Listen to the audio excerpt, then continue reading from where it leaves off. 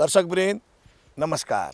प्रतिबिम्ब मिडिया प्रणालीद्वारा सञ्चालित कार्यक्रम बिम्ब प्रतिबिम्बको तर्फबाट यहाँहरू सबैमा हार्दिक स्वागत तथा अभिवादन। आजको कार्यक्रममा हामी सशस्त्र प्रहरी बलका गतिविधिहरूलाई लिएर उपस्थित भएका छौँ। आउनुहोस् कार्यक्रम सुरुवाततर्फ लागौँ। हिमाल पहाड र तराईका जनताको सुख दुःखको आवाज बोल्ने कार्यक्रम बिम्ब प्रतिबिम्ब हरेक सोमबार बिहान 6:30 बजे मात्र नेपाल टेलिभिजनमा। स्वास्थ्य सेवामा सशस्त्र प्रहरी बल नेपाल। नेपाल एपीएफ अस्पतालको 17औं वार्षिक उत्सवका अवसरमा विभिन्न कार्यक्रमको आयोजना गरिएको थियो।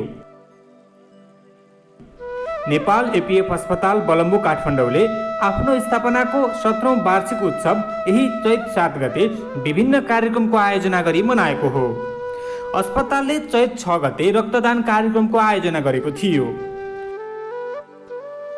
सोही दिन नेपाल एपीएफ स्कुल कीर्तिपुर र कोहलपुरमा स्वास्थ्य शिविर सञ्चालन गरी करिब 400 जना विद्यार्थीको स्वास्थ्य जाँच गरिएको थियो।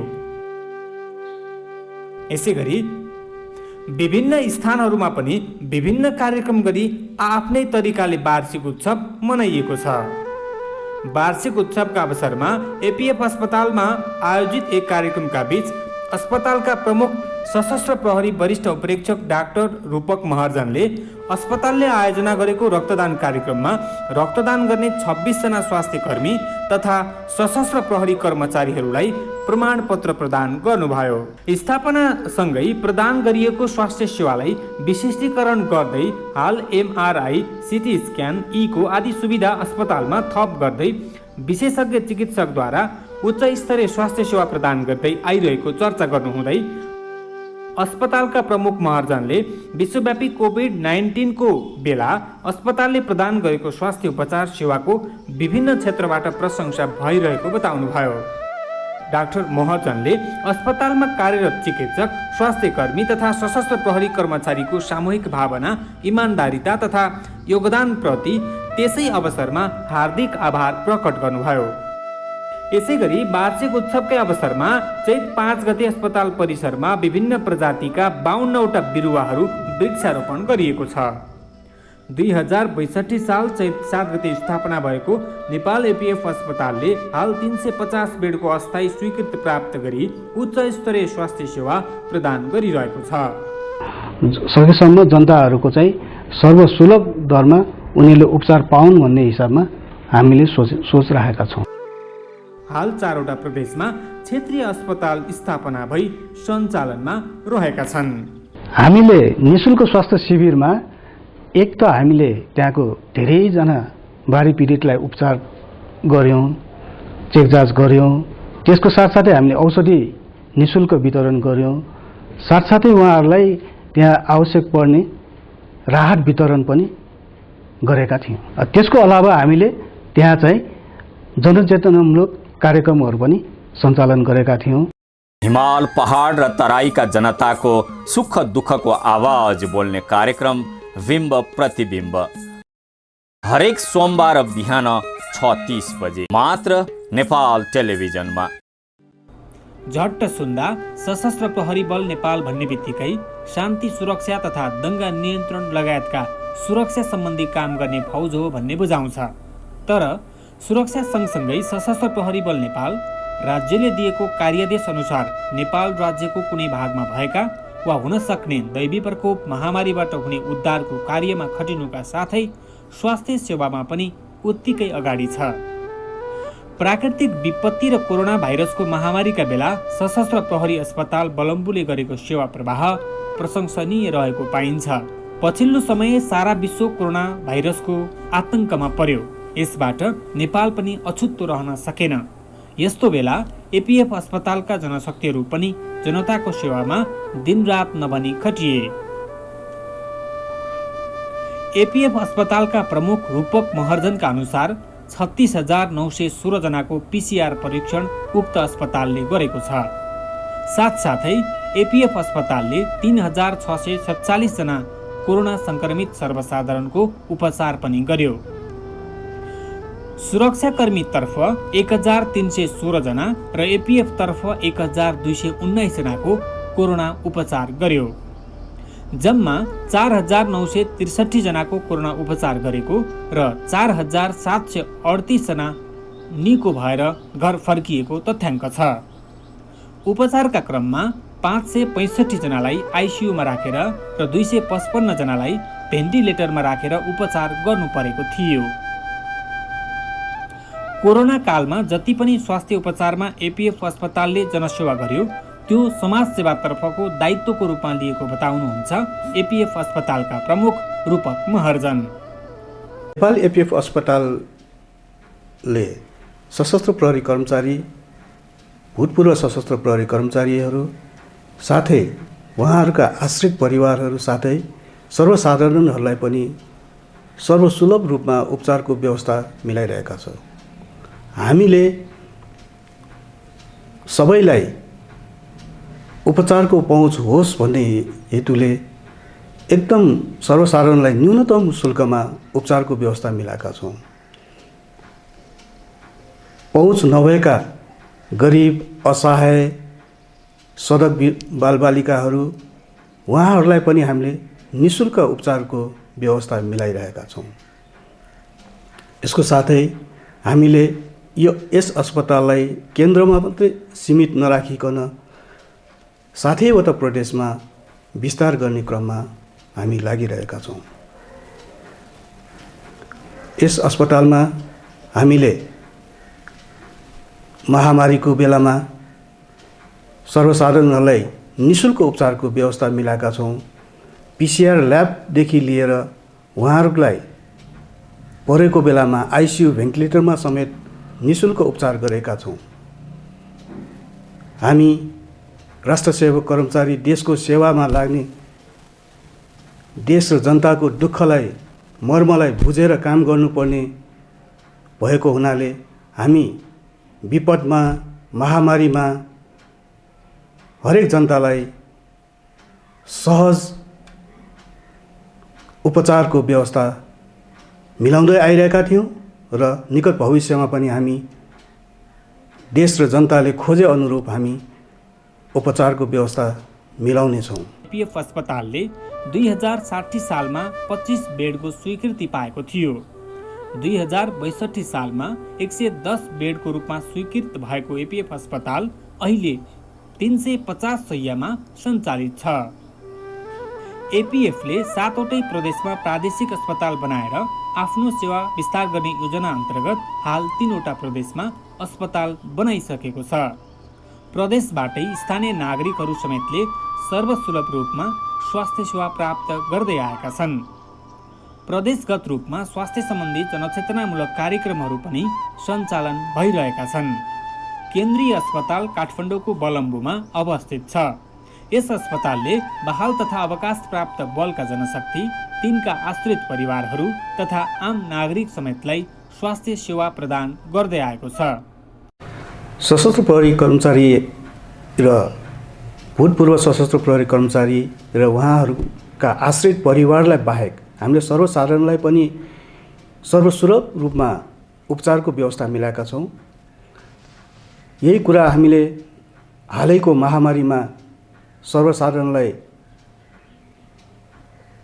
निःशुल्क उपचारको व्यवस्था मिलाएका थियौँ। प्राकृतिक विपत्तिमा परेकाहरूले समेत निःशुल्क सेवा लिइरहेका छन्। अस्पतालमा emergency ward, post op ward, isolation ward, surgical ward, medical ward, orthopaedic ward, observation ward लगायतका आवश्यकीय वार्डहरू रहेका छन्। यस एपिएफ अस्पतालले हरेक वर्ष आफ्नो सेवालाई थप प्रभावकारी बनाउँदै लगेको छ। एपिएफ अस्पताल बलम्बुले महिलाको पाठेघर सम्बन्धी क्यान्सरको उपचारमा पनि आफूलाई अब्बल साबित गर्दै लगेको छ। सशस्त्र प्रहरी परीक्षक डाक्टर सौजन्य कर्मचार्य नियमित स्वास्थ्य उपचार परीक्षण गर्ने बानी नेपालीहरूमा नहुँदा पाठेघरको क्यान्सर नेपालमा समस्याका रूपमा रहेको बताउनुहुन्छ। यस सशस्त्र प्रहरी अस्पतालमा मैले अहिले गाइनिकोलोजी क्यान्सर स्क्रिनिङ क्लिनिक चलाइरहेकी छु। यो क्लिनिक चाहिँ सशस्त्र प्रहरी परिवार महिला सङ्घ र सशस्त्र प्रहरी परिवार एपिएफ नेपाल एपिएफ अस्पताल को सहकार्यमा यो क्लिनिक सञ्चालन भएको हो र यो क्लिनिक पूर्णतया मैले सबै आफैले हेरिरहेकी छु।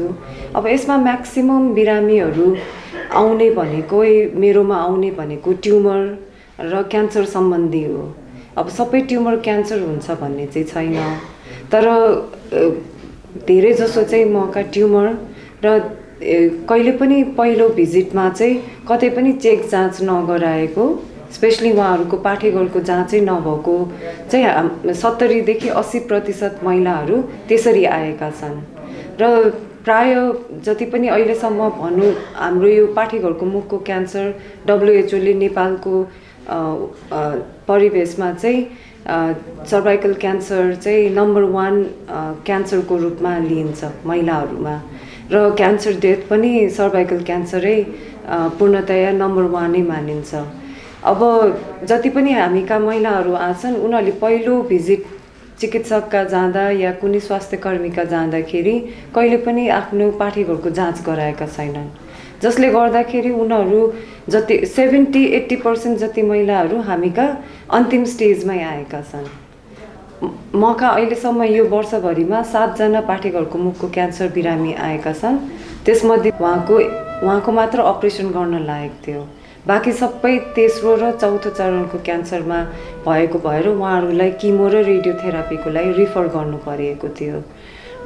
यो प्रब्लम देखेको भएर चाहिँ अनि हामीले चाहिँ के सोच्यौँ भने महिला सङ्घ र हामी मिलेर चाहिँ एउटा जनचेतनामूलक कार्यक्रम 1 दिनको, जसमा चाहिँ हामीले स्वास्थ्य कर्मीलाई पनि संलग्न गराउँछौँ र दोस्रो दिन चाहिँ हामीले स्वास्थ्य कर्मीलाई चाहिँ एउटा वर्कसप जो कसरी पाठेघरको जाँचहरू गर्ने, पाठेघरको मुखको क्यान्सर पत्ता लगाउन VIA भिलाइ टेस्टहरू, प्याप्समियर टेस्ट, HPV DNA टेस्टहरू कसरी गर्ने, त्यो सबै हामी उहाँहरूलाई ट्रेनिङ दिन्छौँ। निकट भविष्यमा पनि मेचीदेखि महाकालीसम्म विगत ठाउँमा गई यस्ता पाठेघर सम्बन्धी क्यान्सरको अवेरनेस प्रोग्रामहरू सञ्चालन गर्ने योजना रहेको छ। गाइनोलोजिस्ट डाक्टर कर्मचार्य आफूहरूले नै पाठेघरको क्यान्सरको उपचार गर्न थालेपछि महिलाहरूमा रोग लुकाएर बस्ने प्रवृत्ति कम हुँदै गएको विश्वास राख्नुहुन्छ। यो पहिलो चरणमा आएको क्यान्सरहरू मोर देन 90% आफै हामीले निको गर्न सक्छौँ, यो निको हुने चाहिँ सम्भावना छ। तर मैले भने नि कहिले पनि चेक जाँच नगर्ने हाम्रो जुन यो पहिलेदेखि यो महिलाहरू अलिकता हिचकिचाहट गर्ने, परिवारलाई प्राथमिकता दिने, अब ठिक छ आज यो पूजा छ, आज छोरा बिरामी छ भनेर आफ्नो रोगलाई प्राथमिकता नदिने, त्यो हाम्रो पहिलेदेखि नै महिलाहरूले चाहिँ दुःखहरू धेरै खप्ने, त्योहरू चाहिँ अब अहिले चाहिँ महिलाहरू चाहिँ आफू अगाडि आउनुपर्छ। उहाँहरू बलियो भयो भने आफ्नै घर परिवार बलियो हुन्छ, त्यो मेसेज चाहिँ म सबैलाई दिन चाहन्छु।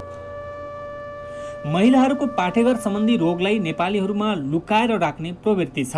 अझ गाउँघर वा दुर्गमका महिलाहरू लजाएर आफ्नो कुरा भन्न सक्दैनन् र समयमै उपचार नपाउँदा पाठेघर सम्बन्धी समस्याले क्यान्सरको रूप लिन पुग्ने हुन्छ।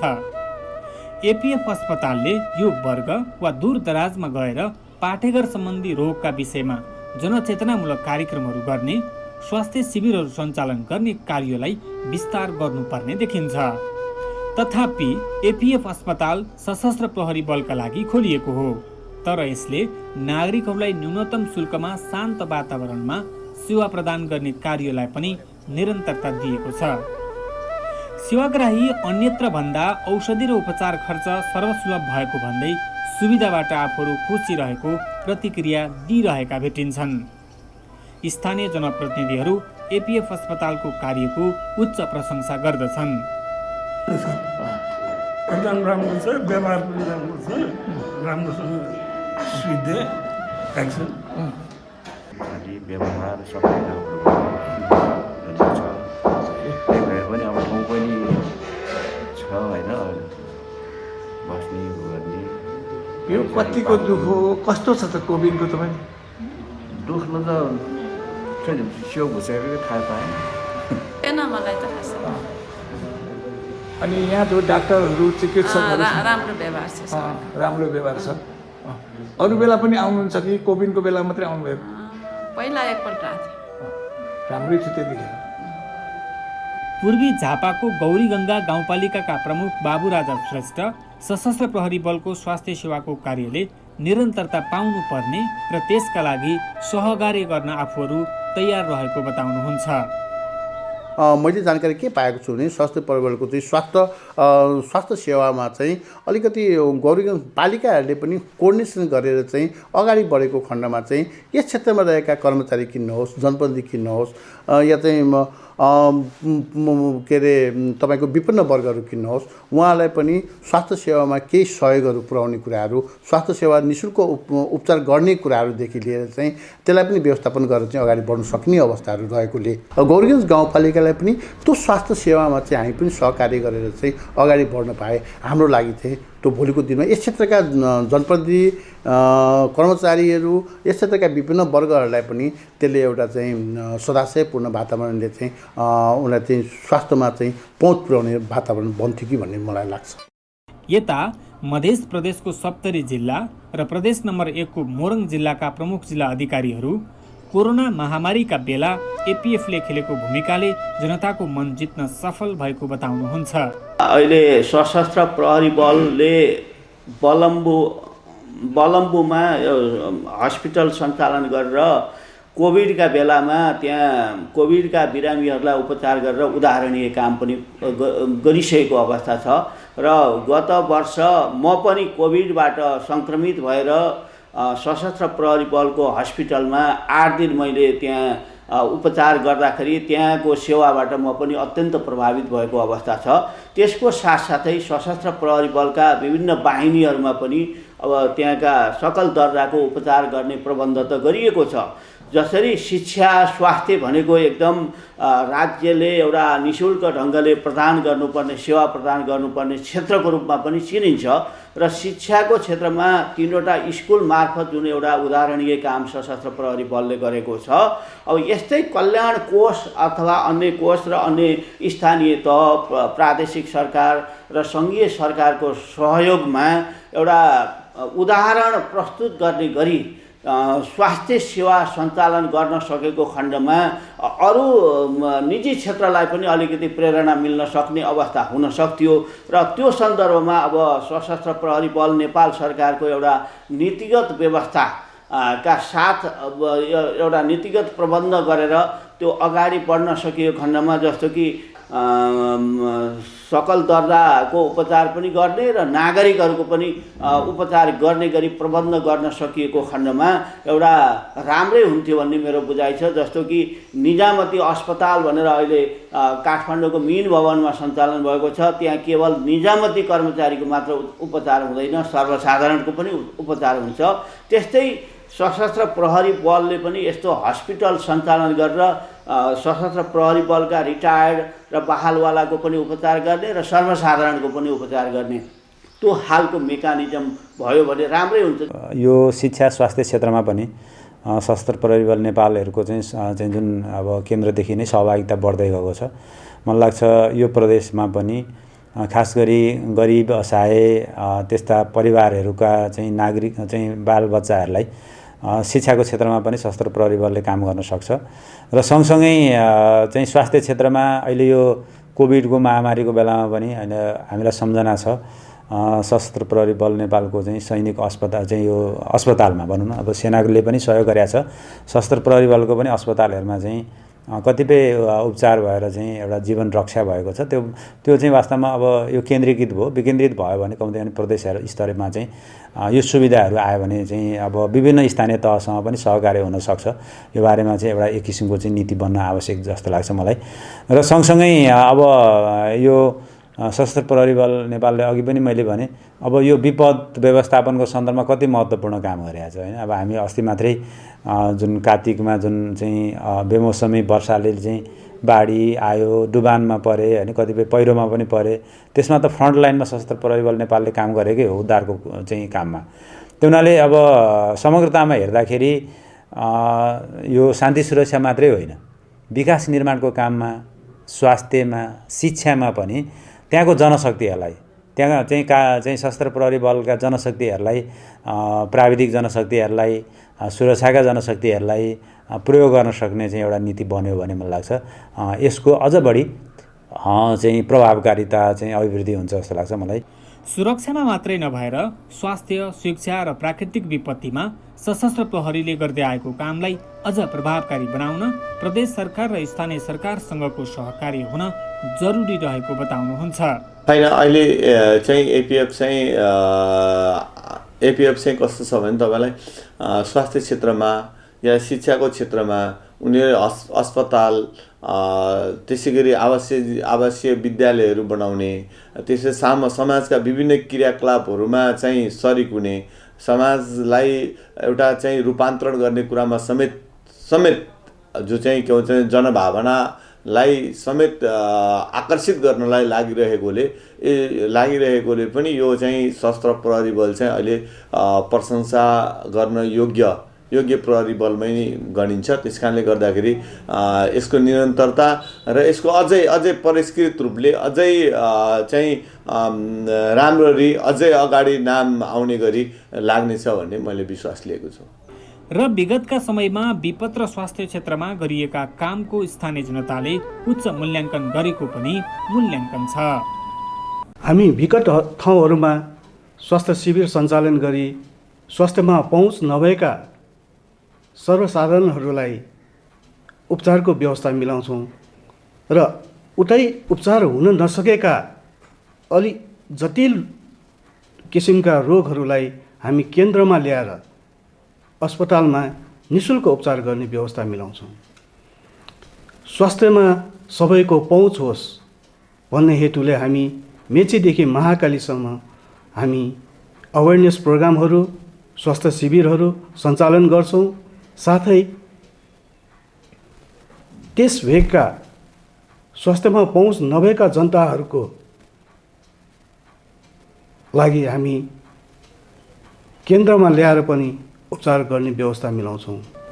एपिएफ अस्पतालले 2072 सालको भूकम्प र त्यसपछिका बेला बखतका परकम्पका कारण समस्यामा परेका नागरिकको उपचारमा खटिएर नागरिकप्रतिको दायित्व वहन गरेको थियो र गर्दै आएको छ। यस्तो बेला देशका विभिन्न ठाउँमा शिविरहरू सञ्चालन गरेर एपिएफले नागरिकको निःशुल्क स्वास्थ्य परीक्षण गर्दै आएको छ। भूकम्पपछि पनि एपिएफ अस्पतालले देशका विभिन्न ठाउँमा निःशुल्क स्वास्थ्य शिविरहरू गर्ने कामलाई भने निरन्तर जारी राखेको छ।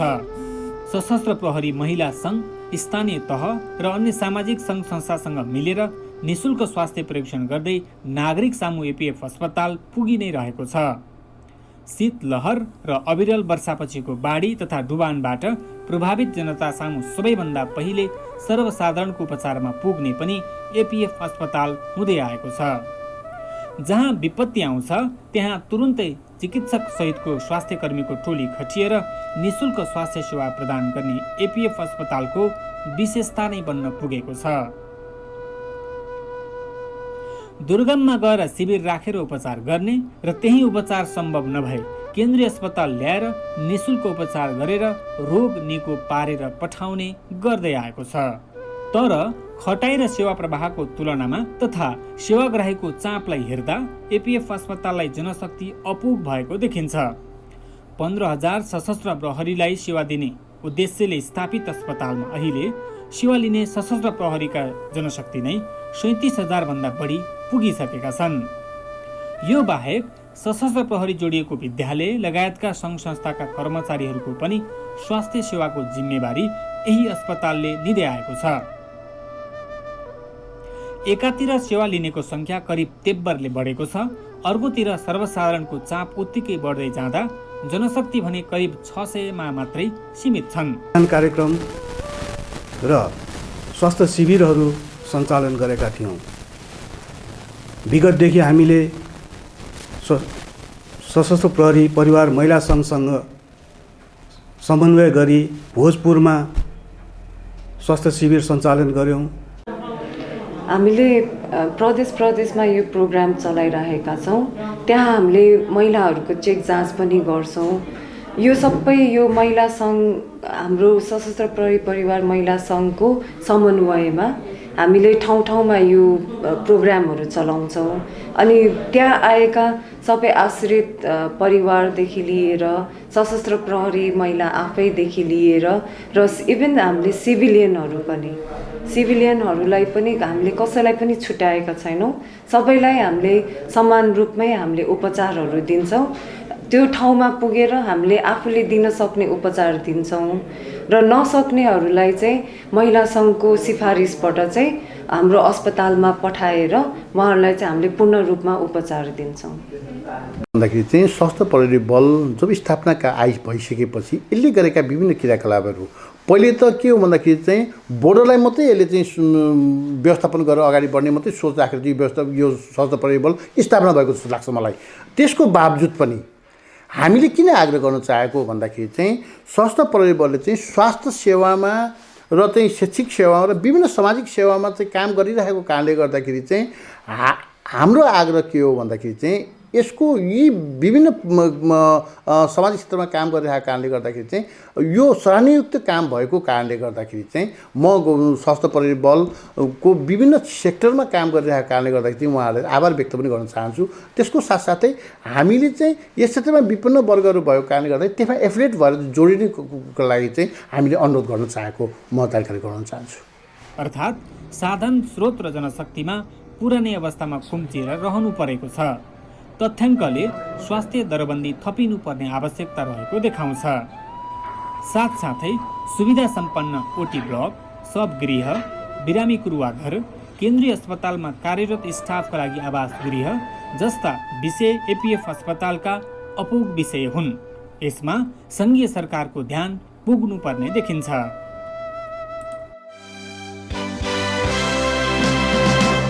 हिमाल पहाड र तराईका जनताको सुख दुःखको आवाज बोल्ने कार्यक्रम बिम्ब प्रतिबिम्ब हरेक सोमबार बिहान 6:30 बजे मात्र नेपाल टेलिभिजनमा। हवस् त दर्शकवृन्द, यहाँलाई यो कार्यक्रम कस्तो लाग्यो? आगामी साता पनि यस्तै विविध सामग्री लिएर उपस्थित हुने छौँ। त्यतिखेर सम्मको लागि म लगायत हामी सबैलाई बिदा दिनुहोस्। नमस्कार।